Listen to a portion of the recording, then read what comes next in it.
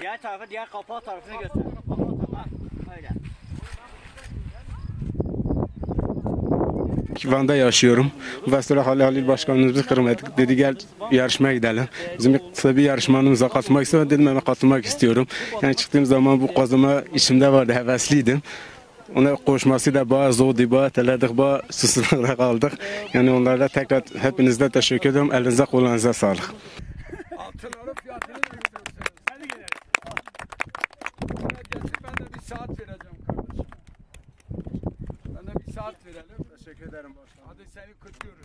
Bu sene ikincisiydi. Çok da renkli geçti. İlgi alakanızdan dolayı da arıcılarımıza, sporcularımıza, arıcı sporcularımıza çok teşekkür ediyorum.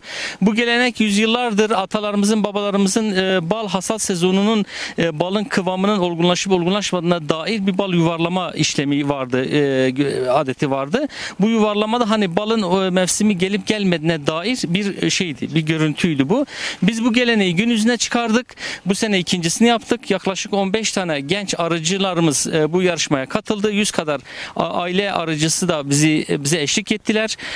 Amacımız Van balının hak ettiği değere, tanıtıma ulaşmasıdır. Bugün tabii ki bu bal gerçekte biliyorsunuz dünyanın gündeminde olan bir üründür.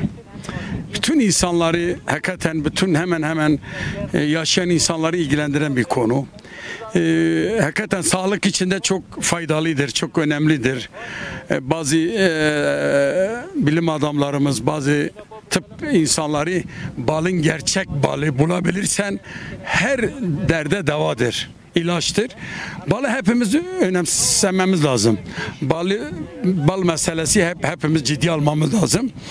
Bize Halit Başkan haber verdi, dedi bugün ikinci bir bal festivalimiz olacak. Bal yuvarlama yarışmamız olacak. Ben çok sevindim. Hakikaten bu bölgenin balları biraz ön plana çıkartmamız lazım. Biraz insanlara eğitim vermemiz lazım. Bu balımız organik bir baldır. Çatak'ta, Bahçesaray'da, gerçekte, Şemdinli'de, bölgede çıkan ballar çok kıymetli ballardır.